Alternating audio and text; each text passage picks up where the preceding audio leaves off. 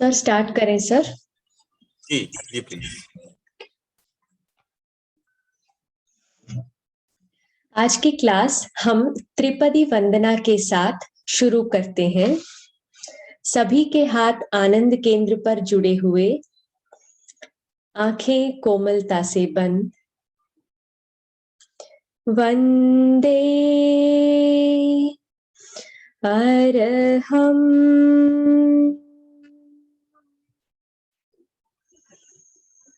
वंदे गुरुवरम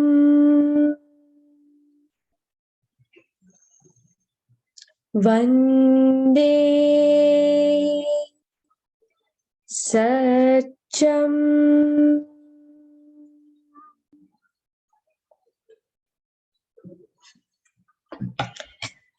आदरणीय मोदी जी सर और हमारे साथ जुड़े हुए सभी प्रेक्षा साधकों को सादर जय जिनेन्द्र।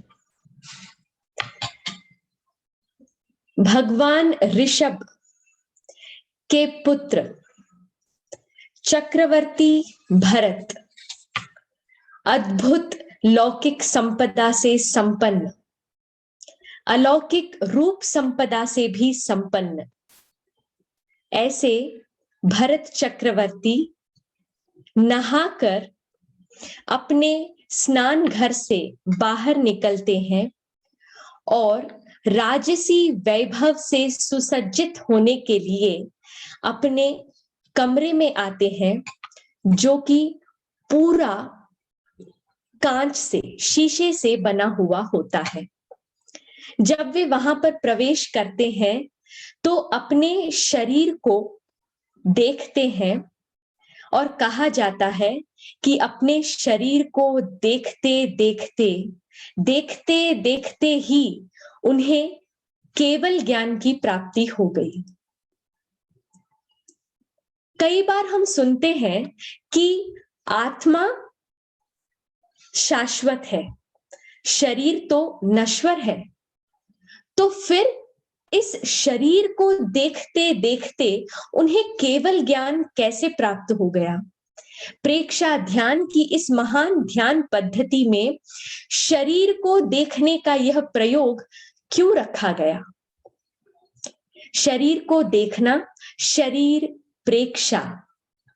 तो यह शरीर भले ही नश्वर है, लेकिन आत्मा तक पहुंचने की एक बहुत बड़ी सीढ़ी है, एक बहुत बड़ा माध्यम है हमें आत्मा तक ले जाने के लिए। तो शरीर प्रेक्षा क्यों करें, कैसे करें, इससे हमें क्या लाभ होगा, ऐसे कई प्रश्न आप सबके मन में उभर रहे होंगे। तो आज हमें इसी सुंदर विषय के बारे में बताने के लिए हम सब के साथ जुड़ी हैं सूरत से संध्या जी रायसोनी। संध्या जी एक बहुत ही कुशल लेवल 2 प्रेक्षा प्रशिक्षिका हैं। सूरत में वे प्रेक्षा ध्यान के कार्य में संलग्न हैं। कई लेवल 1 ट्रेनर्स को इन्होंने प्रशिक्षित किया है और अभी भी वे सूरत में प्रेक्षा ध्यान के कार्य में लगी हुई हैं।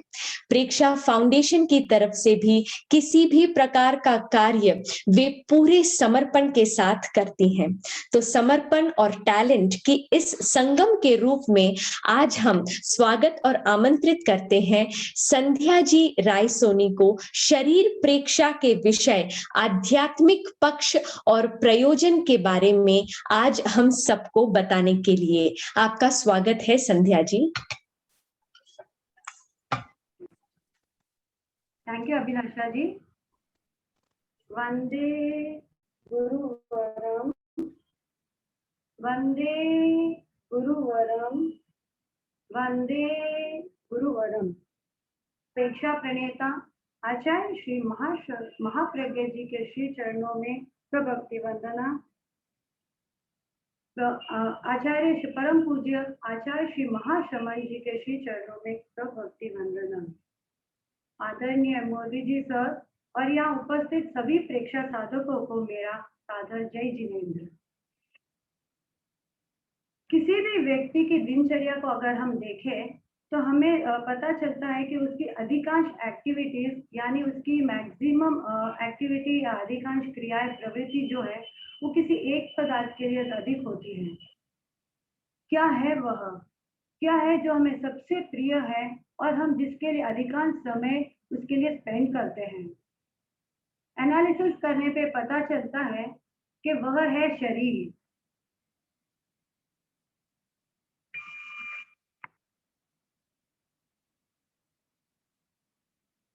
जी हाँ, हमारे शरीर के हम हमारे दिनचर्या का मैक्सिमम एक्टिविटीज हमारे शरीर के इर्द गिर्द ही होती है। Let's analyse. हम दिन में 3 बार भोजन करते हैं तो शरीर को पुष्ट रखने के लिए, पोषण देने के लिए। एवरी मॉर्निंग फिजिकल एक्टिविटी करते हैं शरीर को स्वस्थ रखने के लिए। नहाते हैं तो शरीर को साफ सुथरा रखने के लिए, सजना संवरना शरीर को सुंदर दिखाने के लिए, सोना बॉडी को रिलैक्स करने के लिए, व्यवसाय आदि करना स्वयं के सुख में और सुविधा में जीवन के लिए, और दवा वगैरह लेना शरीर को रोग से सुरक्षित रखने के लिए। कहने का तात्पर्य है कि शरीर हमारे लिए बहुत ही महत्वपूर्ण है और हमारे जीवन का एक आधारभूत अंग है। परंतु दुख की बात तो यह है कि हम शरीर के बारे में बहुत कम जानते हैं। जानते भी हैं तो केवल बाह्य रूप से ही जानते हैं और उसे बाह्य रूप से ही पालन पोषण करते रहते हैं। शरीर को जानना, शरीर की क्षमताओं को पहचानना, शरीर की शक्तियों को उजागर करना और शरीर को आंतरिक रूप से निखारना भी एक कला है। एक ऐसी कला है जो परम पूज्य आचार्य श्री महाप्रज्ञ जी ने हमें सिखाई है। तो आइए आज हम जानेंगे शरीर क्या है, शरीर प्रेक्षा क्या है, शरीर प्रेक्षा का आध्यात्मिक पक्ष और शरीर प्रेक्षा की प्रक्रिया। शरीर क्या है? आयुर्वेद के अनुसार सप्त धातु में शरीरम, रस, रक्त, मांस, मेद, अस्थि, मज्जा और शुक्र आदि 7 धातुओं से बना हुआ शरीर है। जैन दर्शन के अनुसार सुख सुखानुभव साधनम शरीरम, यानी जिसके द्वारा पौद्गलिक सुख दुख की प्राप्ति होती है उसे शरीर कहते हैं। शरीर प्रेक्षा क्या है? शरीर प्रेक्षा का अर्थ है शरीर को गहराई से देखना। आप सोच रहे होंगे कि इसमें क्या बड़ी बात है, मैं तो रोज ही अपने आप को देखती हूँ। हर व्यक्ति चाहे कोई भी कितना भी बिजी हो, कम से कम 5 मिनट तो अपने आप को आईने के सामने देखते ही हैं। तो क्या यही शरीर प्रेक्षा है? ये शरीर की बाह्य प्रेक्षा है। शरीर प्रेक्षा बाह्य रूप रंग को देखने के लिए नहीं, बल्कि इसलिए की जाती है कि इस मांस और चमड़ी के पुतले के भीतर जो प्राण का प्रवाह है, जो चेतना की धारा बह रही है, उसके संपर्क हो सके, आत्मा का साक्षात्कार अनुभव कर सके। आइए इसी उदाहरण से हम जानेंगे। हम दिन में जब भी आईने के सामने खड़े होते हैं और अपने आप को निहारते हैं तो कई बार पॉजिटिव या नेगेटिव भाव उभरते हैं। मान लीजिए पॉजिटिव भाव उभरते हैं, जैसे कि अपने आप को देख के लगता है कि मैं कितनी सुंदर हूँ, मेरा स्किन का कम्प्लेक्शन कितना अच्छा है, मेरे बालों का टेक्सचर कितना फैंटास्टिक है, I have a perfect body shape. तो ये सारी चीजें जो है, ये सारी है राग, ये सारी प्रियता के भाव है और स्वयं के प्रति राग है। दूसरी ओर अपने चेहरे पर पिंपल्स या फिर डार्क सर्कल्स को देखते हैं तो घृणा के भाव उत्पन्न होते हैं। अपने कुरूप को देखकर लो फील करना और मोटापे को देखकर निराश हो जाना, ये है अप्रियता के भाव, ये द्वेष है। जब भी हम शरीर को बाह्य रूप से देखते हैं तो चेतना बाहर की ओर ही ज्यादा होती है और चेतना के बाहर होने के कारण हम निरंतर प्रियता, अप्रियता, राग, द्वेष, सुख, दुख, लव, हेट्रेड आदि का चक्र चलता ही रहता है, वह बंद नहीं होता है। शरीर प्रेक्षा इसी के विपरीत हमारी चेतना को मोड़कर भीतर ले जाने की प्रेक्षा है। शरीर प्रेक्षा आत्मदर्शन की प्रक्रिया है, अंतर्मुक्ता की प्रक्रिया है। राग द्वेष मुक्त होकर शरीर के भीतर होने वाले संवेदन, कंपन, प्रकंपन आदि को देखना शरीर प्रेक्षा है। तटस्थता से चेतना की धारा का देखना और उसका अनुभव करना शरीर प्रेक्षा है। स्थूल से सूक्ष्म की ओर जाने की प्रक्रिया ही शरीर प्रेक्षा है। शरीर प्रेक्षा के प्रयोजन। सबसे पहले चित्त को पटु व सूक्ष्मग्राही बनाना। आत्मा एक शुद्ध द्रव्य है जिसके निरंतर रश्मियां निकलती रहती हैं। कार्बन शरीर के आवरण के कारण सारी रश्मियां बाहर नहीं आती हैं। अभी जितनी भी रश्मियां शरीर के बाहर आती है, स्थूल शरीर के साथ जो काम करती हैं, वे चित्त कहलाते हैं। शरीर प्रेक्षा में जब हम शरीर को देखने लगते हैं, तब चित्त की ट्रेनिंग स्टार्ट हो जाती है।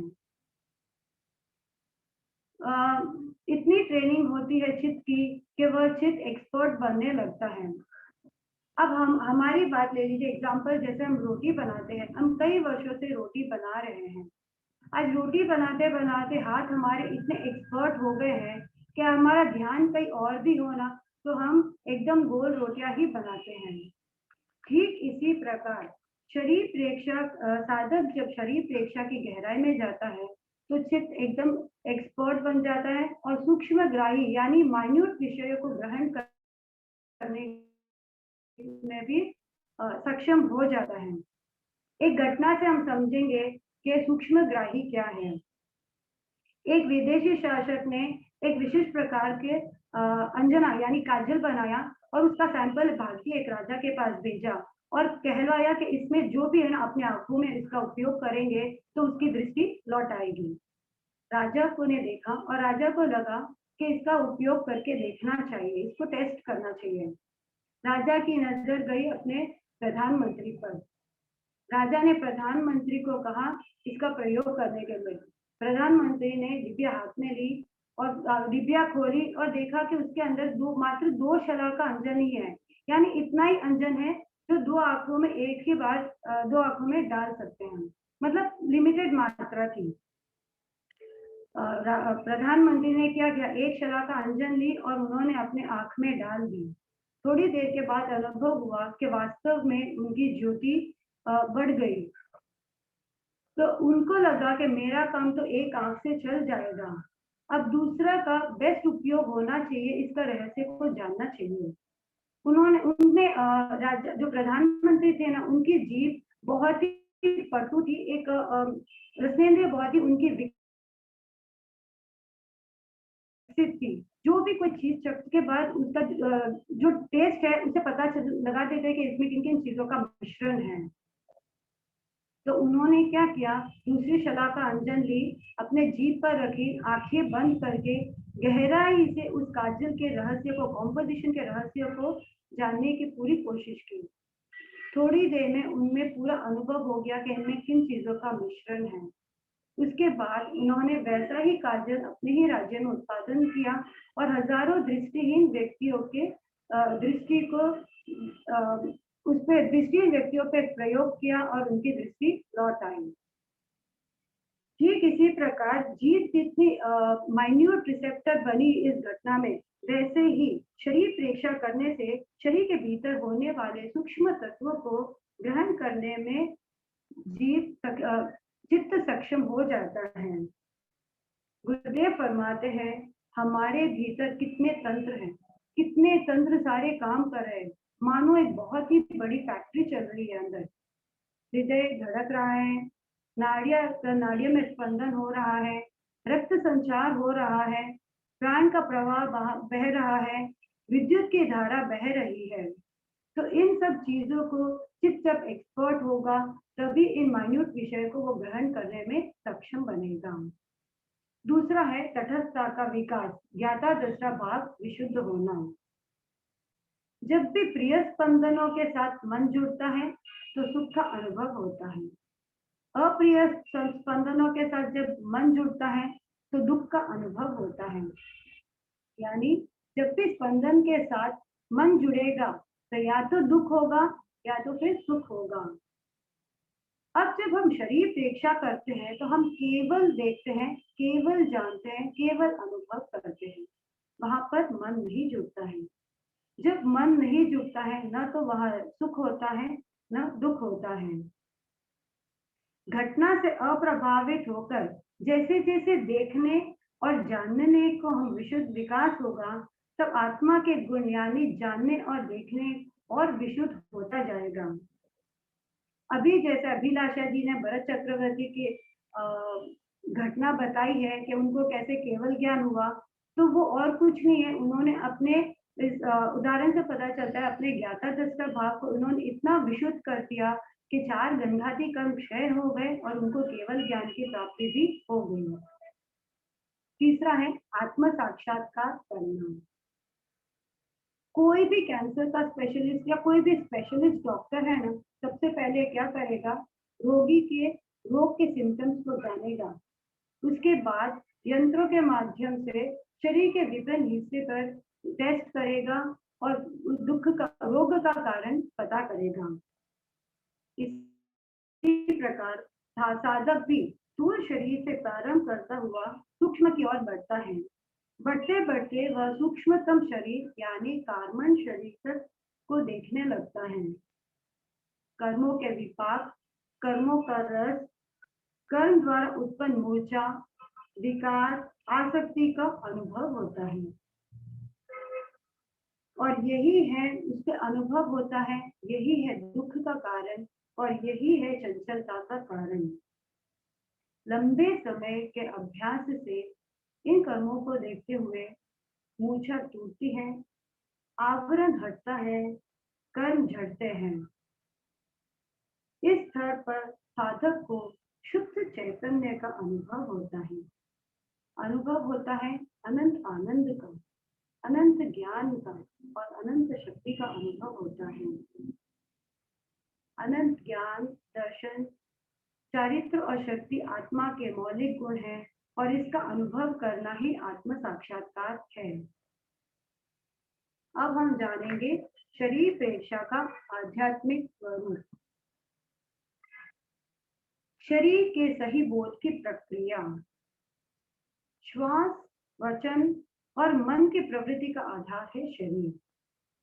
हम जानते हैं कि मन की चंचलता ध्यान में बाधक बनती है। गुरुदेव फरमाते हैं कि उससे भी अगर सूक्ष्मता से विचार किया जाए तो पता चलता है कि एकाग्रता और ध्यान की सिद्धि में शरीर की चंचलता अधिक बाधक है। इसलिए ध्यान करने वाले साधकों को शरीर के रहस्य को जानना बहुत ही आवश्यक है। शरीर के रहस्य को जानने के बाद वचन, श्वास और मन के सब रहस्य स्वतः ही जान लिए जाते हैं। जैन दर्शन के अनुसार शरीर के 5 प्रकार हैं: औदारिक, वैक्रिय, आहारक, तेजस और कार्मण शरीर। औदारिक शरीर हार्ड मांस आदि स्थूल पुद्गलों से निर्मित यह शरीर औदारिक शरीर है। यह स्थूल शरीर है। यह शरीर पुद्गलों से बना हुआ है, इसलिए गलना, मिलना, विनिष्ट होना इसका स्वभाव है। मृत्यु के बाद यह टिका रहता है और इसका शरीर का छेदन भेदन भी होता है। मेरी आवाज आ रही है ना? जी आ रही है। ओके। यह शरीर मुक्ति में बाधक भी है और साधक भी है। औदारिक शरीर एकमात्र ऐसा शरीर है जिससे जीव सर्व कर्मों को क्षय कर जीव शुद्ध, बुद्ध और मुक्त बन सकता है। दूसरा है तेजस शरीर। यह सूक्ष्म शरीर है। यह विद्युत में शरीर है, ऊर्जा में शरीर है और दीप्ति में शरीर है। यह स्थूल शरीर का संचालक है। इसके बिना न तो ऊष्मा उत्पन्न होती है, न शरीर में सक्रियता हो सकती है, न पाचन होता है और न ही रक्त का संचार आदि क्रियाएं हो सकती हैं। ये शरीर स्थूल शरीर और सूक्ष्मतम शरीर के बीच एक मध्य सेतु का कार्य करता है। ऊर्जा का अपार भंडार होने के कारण योग के आचार्य इसे प्राणमय कोश भी कहते हैं। कार्मण शरीर ज्ञानावर्ण्य, दर्शनावर्ण्य आदि 8 कर्मों से निर्मित यह शरीर कार्मण शरीर है। यह सूक्ष्मतम शरीर है जो आत्मा के एकदम निकट रहता है। आत्मा को एक शरीर से दूसरे शरीर धारण करने में यही कार्मण शरीर निर्मित बनता है। तेजस शरीर और कार्मण शरीर जो है वो आत्मा के साथ उनका अनादि संबंध है। मृत्यु के बाद भी संसारी आत्मा के साथ सदा रहते हैं। इन दो शरीर के पृथक होते ही जीव मुक्त हो जाता है। ममत्व विसर्जन की प्रक्रिया शरीर प्रेक्षा में स्थूल से प्रारंभ कर सूक्ष्म की ओर जब हम यात्रा करते हैं, शरीर के भीतर देखते हैं तो हम देखते हैं प्रतिक्षण अनेक कोशिकाएं मिट रही है, नई कोशिकाएं बन रही हैं। मृत कोशिकाओं का मानव एक पूरा ग्रेवयार्ड है, हमारे भीतर एक शमशान है। इनको देखते ही हमें पता चलता है कि शरीर विनाश धर्मा है, नष्ट होने वाला है। तो धीरे धीरे हमारी इनके प्रति आसक्ति कम होती जाती है। जब मोह यानी आसक्ति, जब भी ममत्व प्रगाढ़ होते हैं तब शरीर के छूटने का भय लगा रहता है। मरने का भय, रोग का भय, अनेकों अनेक प्रकार के भय बने रहते हैं। इन भय से मनुष्य आर्त ध्यान व रौद्र ध्यान में ज्यादा रहता है। पदार्थों को प्राप्त करने का ध्यान, पदार्थों को सुरक्षित रखने का ध्यान आदि निरंतर इनका चलता ही रहता है। एग्जाम्पल मान लीजिए कि घर में कोई भी शादी की डेट फिक्स होते ही हमारे लिए डिजाइनर साड़ी प्राप्त करने का ध्यान प्रारंभ हो जाता है। जब तक उसे प्राप्त नहीं करेंगे, हमारी पूरी शक्ति उसे प्राप्त करने में लगी रहती है और साड़ी जब प्राप्त हो जाती है तो उसके बाद उसकी सुरक्षा पर ही ध्यान केंद्रित रहता है। पहनने पर लगता है कहीं दाग नहीं लग जाए, इसको एकदम व्यवस्थित संभाल के रखूं, संभाल के चलूं, आदि आदि। शरीर के प्रेक्षा के प्रयोग से इस अनुराग की दिशा बदलती है। आर्थ रौद्र ध्यान धर्म ध्यान में बदलता है। गुरुदेव फरमाते थे तब हमारा चिंतन बदलता है। पदार्थ पदार्थ है, व्यक्ति व्यक्ति है। पदार्थ और व्यक्ति के बीच जो घनिष्ठता न हो, पदार्थ की उपयोगिता को समझे, पदार्थ को यूज करे, उसको यूसेज को समझे, लेकिन पदार्थ का व्यक्ति के साथ कोई संबंध न बनाए। न तो हमें पदार्थ को मिटाना है, न संपत्ति को मिटाना है, पर पदार्थ और व्यक्ति के बीच के जो अनुबंध है, जो एक घनिष्ठता है, उसे तोड़ना ही ममत्व का विसर्जन है। एक बार ग्रीक वासियों को बहुत ही ग्रीक वासी खुश रहते हैं, तो उनसे किसी ने पूछ लिया कि उनकी खुशी का, उनके सुख का कारण क्या है। ग्रीक वासियों ने एक सहज उत्तर दे दिया कि हमारे पास कोई भी चीज होती है तो हम उनको किसी को भी दे देते हैं और इसमें हमें खुशी अनुभव होती है। आध्यात्मिक दृष्टि से इस बात का अगर विश्लेषण करें तो ये पता चलता है कि इन ग्रीक वासियों को पदार्थ से कोई लगाव नहीं होता है, इसीलिए उसके देने से भी उन्हें कोई दुख की अनुभूति नहीं होती है। शरीर प्रेक्षा से हमें ममत्व विसर्जन की भावना जागृत होने लगती है और विकसित होने लगती है। अस्तित्व बोध की प्रक्रिया। हमारा अस्तित्व चेतन और अचेतन तत्वों का जटिलतम संयोग है। Complex combination of living and non living substances life. Chetan living substance है आत्मा और अचेतन यानी नॉन लिविंग सब्सटेंस है शरीर। अब आप सोचेंगे कि शरीर नॉन लिविंग कैसे हुआ? इसको हम थोड़ी सी इस पे चर्चा करेंगे। हम सब ने डेड बॉडी तो देखी होगी। क्या डेड बॉडी कोई भी क्रिया करती है? डेड बॉडी उठती है, बैठती है, खाती है, पीती है, सोती है? नहीं, मृत शरीर ये कोई काम नहीं करता है, लेकिन हमारा शरीर ये सारी क्रियाएं करता है। क्या भेद है उस मृत शरीर और इस हमारे शरीर में? इन दोनों में एक ही चीज का भेद है कि हमारे भीतर कोई ऐसी शक्ति है जिनके द्वारा हमें सारी क्रियाएं कर रही हैं, और वो शक्ति और कोई नहीं है बल्कि आत्मा है। वो चैतन्य है। जब आत्मा शरीर को छोड़ देती है तो पूरे शरीर का कोई महत्व नहीं होता, उसे जल्द से जल्द जलाकर विसर्जित कर देते हैं। इसी से स्पष्ट होता है कि जो शरीर है उद्गत है, अचेतन है, ए नॉन लिविंग सब्सटेंस है। आत्मा को हम स्वयं खोजे। शरीर प्रेक्षा से स्वयं का अनुभव करना, चेतना के संवेदनों का अनुभव करना है। अस्तित्व बोध ही दुखों को समाप्त करने का एकमात्र साधन है। शरीर प्राण केंद्र का स्थान है।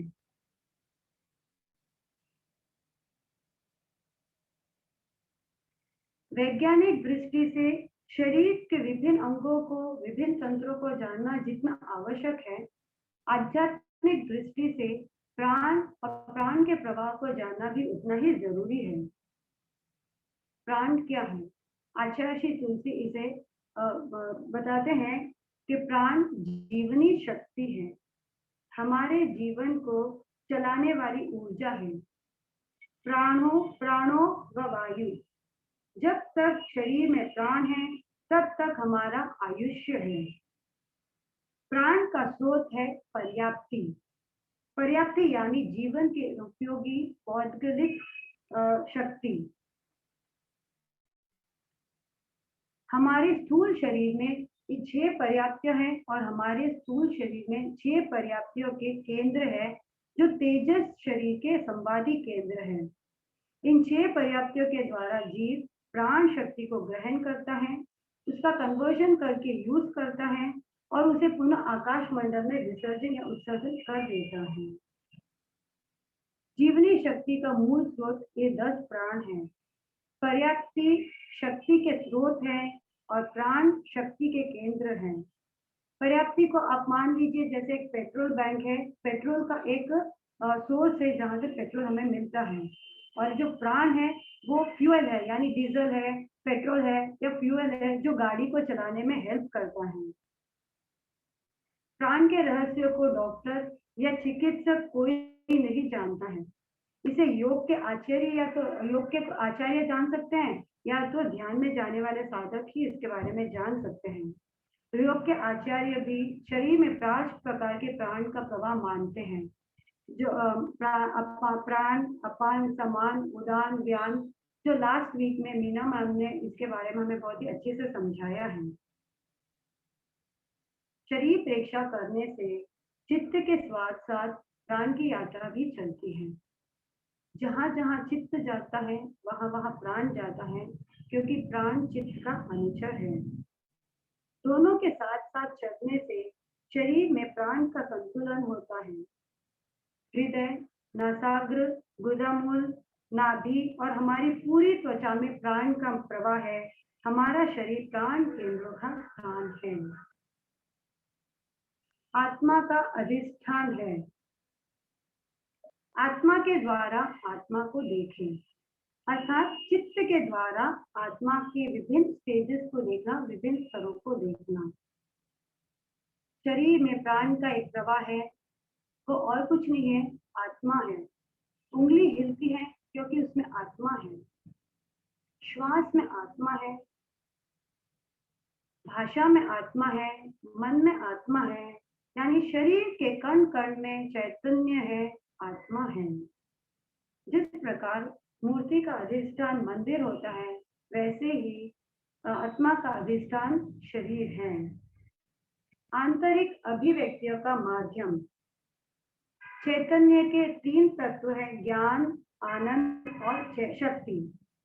जब कार्बन शरीर से इन पे आवरण आता है तो ज्ञान पे आवरण आता है, तो ज्ञान सीमित हो जाता है, पदार्थ को यथार्थ हम जान नहीं पाते हैं, और अयथार्थ ज्ञान से दुख चक्र का अनुभव होने लगता है। चैतन्य का दूसरा तत्व पर आनंद प्रभावित होता है।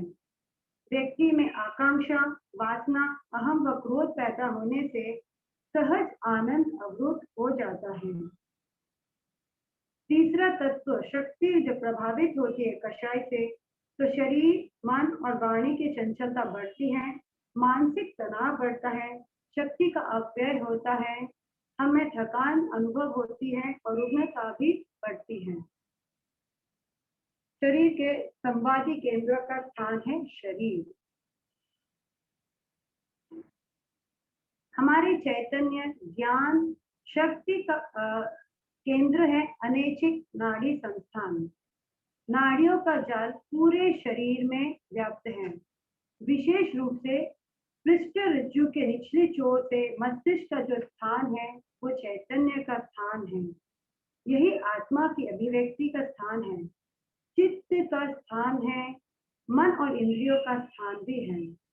संवेदना, प्रतिसंवेदना, ज्ञान सारे ही यहाँ से प्रसारित होते हैं। यही शक्ति का स्थान है और ज्ञानवाही और क्रियावाही तंतुओं का भी केंद्र स्थान है। आध्यात्मिक और शरीर प्रेक्षा का एक ये भी है कि वर्तमान में जीना होता है। जब हम शरीर प्रेक्षा करते हैं तो हम देखते हैं कि शरीर में क्या हो रहा है, शरीर में क्या क्या घटनाएं हो रही है, क्या जैविक रासायनिक परिवर्तन हो रहे हैं, हृदय का संचालन कैसे हो रहा है, प्राण व विद्युत का प्रभाव कहाँ है। इन सबको देखना वर्तमान को देखना है, न तो हम अतीत की स्मृति कर रहे हैं और न ही हम भविष्य की कल्पना कर रहे हैं।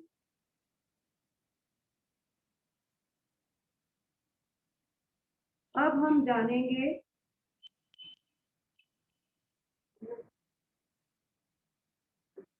शरीर प्रेक्षा की प्रक्रिया। शरीर प्रेक्षा करने के लिए एकांत, शांत और स्वच्छ वातावरण का चयन करें। शरीर प्रेक्षा आधे घंटे से 1 घंटे के लिए कर सकते हैं और बेस्ट पोस्चर होता है कि अगर हम खड़े करें तो, या फिर लेट के करने पर होता है। बैठ के करना सेकेंड प्रेफरेंस दिया जाता है। शरीर प्रेक्षा की प्रक्रिया के लिए हम स्थूल से सूक्ष्म की ओर यात्रा करते हैं। सबसे पहले हम चित्त को पैर के अंगूठे पर ले जाते हैं। पैर के अंगूठे से लेकर सिर तक पूरे शरीर में चित्त की यात्रा करते हैं। जहाँ चित्त को वहां पर केंद्रित, हर एक शरीर के भाग पर केंद्रित करते हैं और वहां पर होने वाले प्राण के प्रकंपनों का अनुभव करते हैं। प्रियता और अप्रियता से मुक्त होकर केवल देखते हैं, केवल जानते हैं। पैर से सिर तक या शरीर के प्रत्येक भाग पर यात्रा करने के बाद एक बार हम पूरे शरीर में शीघ्रता से यात्रा करते हैं। पूरे शरीर का स्पर्श करते हैं, शरीर के कण कण का स्पर्श का अनुभव करते हैं कि शरीर के कण कण में प्राण का प्रवाह फैल रहा है। पूरा शरीर में मानो बिजली की धारा दौड़ रही है। पसीना, दर्द, खुजली, स्पंदन, जो कुछ हो रहा है उसको तटस्थ भाव से देखते हैं। अंत में हम धीमी गति से शरीर प्रेक्षा करते हैं, चित्त को पूरे शरीर में घुमाते हैं। जहाँ कहीं भी अवरोध होता है उसे तटस्थ भाव से देखते हैं, केवल संभाव होकर उसे संभाव में रहते हुए देखते हैं। ये हो गई शरीर प्रेक्षा की प्रक्रिया। गुरुदेव की एक बात बहुत ही अच्छी लगी, वो मैं शेयर करना चाहूंगी। ध्यान से आनंद का महास्रोत का हमें अनुभव होता है। भीतर के शब्द इतने सुखद है, भीतर की गंध इतनी मीठी है और भीतर के जो रूप है ना वो बहुत ही मोहक है। इन सब को देखने के बाद बाहर का जो जगत है ना, वो बहुत ही हमें फीका लगता है। मत कर काया का अभिमान, मत कर काया का अहंकार, काया धूल हो जाती, काया धूल हो जाती। अंत में मैं यही कहना चाहूंगी, हमें न तो शरीर के प्रति ममत्व रखना है, न शरीर का कोई अहंकार करना है, लेकिन शरीर को ध्यान साधना के लिए ही प्रेरित करना है, ध्यान साधना के उपयोगी ही बनाना है। इसी के साथ ओम आरहम। थैंक यू संध्या जी, आपने आज के विषय को बहुत ही सुंदर तरीके से हम सबको समझाया और इसके बारे में बहुत डिटेल में बताया, उसके लिए आपका बहुत बहुत आभार। अब चलते हैं आगे के सत्र की ओर, जो है जिज्ञासा का सत्र। जब आपने इस प्रेजेंटेशन को इतने ध्यान से सुना है तो जरूर आपके मन में कोई ना कोई डाउट्स या जिज्ञासा उत्पन्न हुई होगी। तो आपके जो भी डाउट्स हैं, आप अपना हैंड रेज कर सकते हैं या चैट बॉक्स में अपने क्वेश्चंस भेज सकते हैं।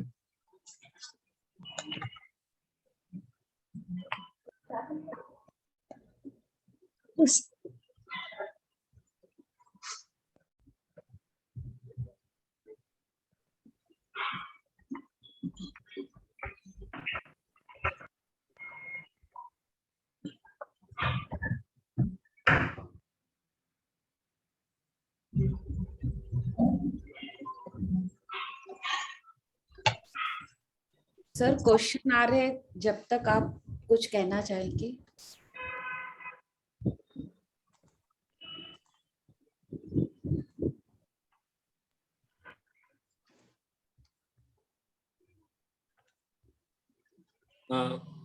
संध्या जी ने अच्छे प्रेजेंटेशन किया अपना।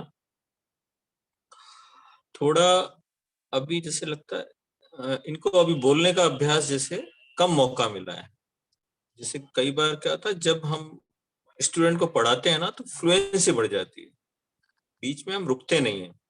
विषय का प्रतिपादन बहुत अच्छा किया है, नॉलेज बहुत अच्छा है। तो थोड़ा सा संध्या जी जैसे वहां पे ऑफलाइन क्लासेस जब चालू हो, उनके आसपास जहां भी हो एक बैच बनाकर, तो वो कोशिश करें कि महीने में 2-3 बार उनको स्टूडेंट्स को, चाहे 2 ही स्टूडेंट हो, आधा 1 घंटा बोलने का मौका। ये सारा अभ्यास सबको करना चाहिए। इससे क्या होता है, फ्लुएंसी बढ़ती है, हमारे ज्ञान का रिवीजन हो जाता है। तो क्योंकि जितना जितना हमारा बोलने का अभ्यास बढ़ता है, उतना उतना हमारा मतलब फ्लुएंसी बढ़ती है और ज्ञान परिपक्व होता है, अभिव्यक्ति शैली अच्छी बनती है। तो ये सबको कोशिश करना चाहिए। ये सबका अपना अनुभव है कि जब हमने शुरुआत की थी एज ए ट्रेनर, तो हम बहुत जगह अटकते थे, रुकते थे, देखना पड़ता था। लेकिन बोलते बोलते अभ्यास करते करते अब ना तो बुक देखनी पड़ती है, ना कुछ और रेफर करना पड़ता है। जो हमने सीखा हुआ है वो इतना आत्मसात हो गया कि कहीं भी हम बोल सकते हैं। दूसरा, उसमें कुछ ना कुछ हर समय ऐड होता रहता है। जब हम प्रयोग करते हैं तो कोई नई बात हमको महसूस होती है तो वो ऐड हो जाती है, तो अगले प्रेजेंटेशन में हम उस बात को भी और प्रस्तुत कर देते हैं। तो धीरे धीरे प्रस्तुत करने का अभ्यास सबको रखना चाहिए। तो जितने भी अब ट्रेनर लेवल 2 के जो हो चुके हैं, वो कुछ ना कुछ ऐसा प्लान करें कि उनको बोलने का मौका मिले। अब फाउंडेशन के मंच पर अब जैसे संडे क्लासेस है या लेवल 2 की क्लासेस है, यहाँ पर हर को बोलने का मौका हर समय मिलना मुश्किल होता है क्योंकि लिमिटेड क्लासेस है। इसके लिए करना चाहिए, हर लेवल 2 के ट्रेनर को स्टूडेंट को चूज करें। आप जैसे समाज में जाएं किसी प्रोग्राम में, तो अच्छे अच्छे जो बहुत साधक प्रवृत्ति के हैं, आपको लगे कि ये प्रेक्षा ध्यान के काम को आगे बढ़ा सकते हैं, ऐसे लोगों के पास जाएं और प्रेक्षा ध्यान की बात शुरू करें, प्रेरणा दें उनको और उनको प्रेक्षा ध्यान का महत्व बताएं, अपने अनुभव बताएं जीवन के कि उनको प्रेक्षा ध्यान से कितना आपको बेनिफिट हुआ। तो उनको आप अट्रैक्ट कीजिए और प्रेक्षा ध्यान का ट्रेनर बनाइए। अब इनविटेशन से प्रेक्षा ध्यान के ट्रेनर जब हम बनाते हैं तो उसमें सब तरह के स्टूडेंट आ जाते हैं, लेकिन जब हम बाई चॉइस बनाते हैं तो हम अपना सिलेक्शन बेस्ट कर सकते हैं। तो सबको ये ध्यान रखना चाहिए, जहां भी जाए समाज में और कहीं भी जाए सोसाइटी में, तो अच्छे लोगों को, साधक प्रवृत्ति के लोगों को चॉइस करके उनको प्रेक्षा ध्यान से जोड़ना चाहिए। तो इससे प्रेक्षा ध्यान के ट्रेनर्स का जो क्वालिटी बढ़ेगी और अच्छे अच्छे लोग जुड़ेंगे इससे, और फिर उनको ट्रेनिंग देने से उनका भी अभ्यास अच्छा होगा। ये बात सबके लिए है। और दूसरा, आज अभी इस बार की प्रेजेंटेशन में सबने पीपीटी से प्रेजेंटेशन किया ज्यादातर लोगों ने। तो आज मेरे मन में आया कि अभिलाषा जी, रेणु जी, मंजू जी शिपानी, श्वेता जी रामपुरिया, और जो भी हमारे रीजनल कोऑर्डिनेटर हैं जैसे वीणा जी बैद, मीना जी और विमल जी गुनेचा, ये एक बोर्ड बन जाए, एडिटोरियल बोर्ड।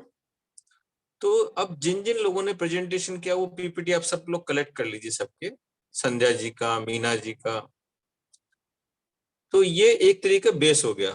अब इसमें आप लोगों को इम्प्रूवमेंट करना है, जिसमें आप अमित जी को भी जोड़ लीजिए, मेरे को भी जोड़ लीजिए। एक बार हम शुरुआत करते हैं 8-9 लोगों से, फिर इसमें यदि कोई और को जोड़ना होगा तो जोड़ लेंगे। तो ये काम अब मतलब हम आज से ही शुरू करते हैं कि हम टारगेट रखें इस साल के मार्च से पहले हम हर विषय का एक पीपीटी प्रेजेंटेशन फाउंडेशन के पास होगा, और हमारे जितने भी लेवल 1 के ट्रेनर्स हैं उनको हम पूरा एक फाइल बना के सबको देंगे।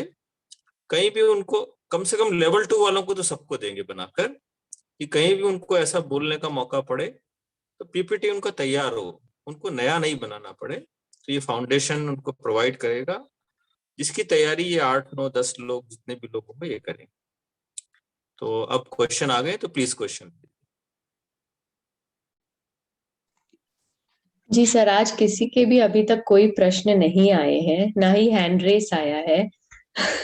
सॉरी अभिलाषा जी, चैट बॉक्स में आए हुए हैं 2 प्रश्न, और अगर आप कहें तो मैं रीड आउट कर देती हूँ उनको। जी, शायद आपको पर्सनली भेज दिया है कि वो डायरेक्टली होस्ट के पास आए हैं। तो मैं सभी फ्रेंड्स से ये निवेदन करूंगी कि आप मुझे डायरेक्ट मैसेज ना भेज के फॉर एवरीवन का अगर ऑप्शन सिलेक्ट करते हैं तो वो अभिलाषा जी भी पढ़ पाएंगे। फिलहाल अभी के लिए जो क्वेश्चंस मेरे पास आए हैं मैं रीड आउट कर देती हूँ। पहला प्रश्न है सोनल जी परिक का, और वो पूछ रहे हैं कि शरीर प्रेक्षा और कायोत्सर्ग में क्या डिफरेंस है।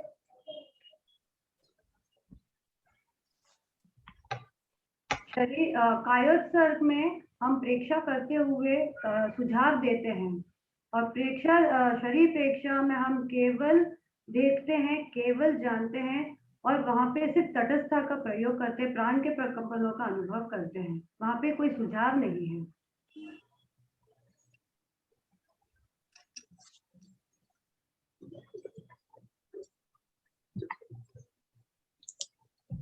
जी, थैंक यू संध्या जी। श्वेता जी, आपके पास और प्रश्न है?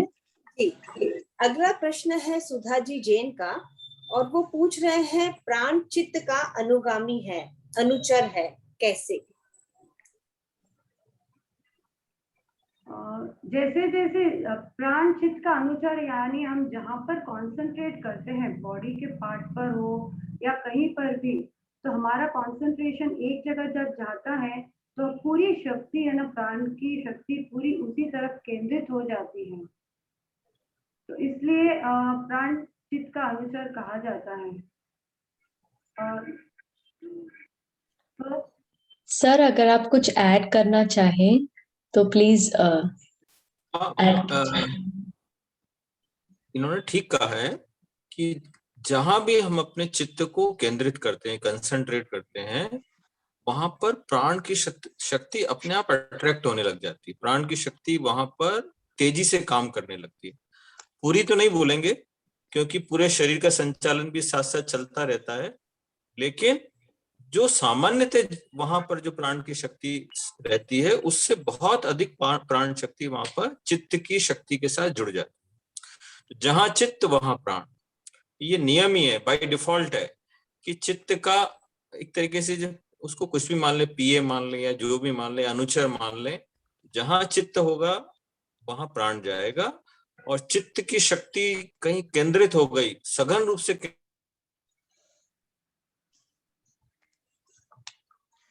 सर आप अनम्यूट हो गए। सॉरी सर, आप म्यूट हो गए।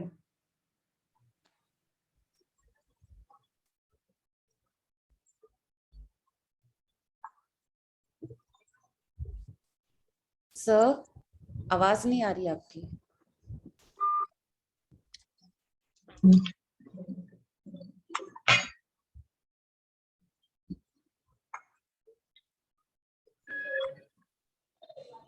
सर आप अपने आप अनम्यूट करें प्लीज। हाँ, क्या क्या मैंने सुना नहीं कुछ। सर आपकी आवाज हो गई थी बीच में। हाँ, नहीं फोन आ गया था अभी। मैंने अपनी बात पूरी कर दी चित्त और प्राण वाली। हेलो जी, थैंक यू सर। आज सर को भी और एक मीटिंग में जाना है, तो इसीलिए शायद अब सर को इसीलिए फोन कॉल आ रहा था। Thank you so much sir, आपने हमारे प्रश्नों का जवाब दिया। और कोई प्रश्न है श्वेता जी? नहीं अभिलाषा जी, चैट बॉक्स में सिर्फ 2 ही प्रश्न थे। ओके, तो सर हम लोग क्लास संपन्न करें।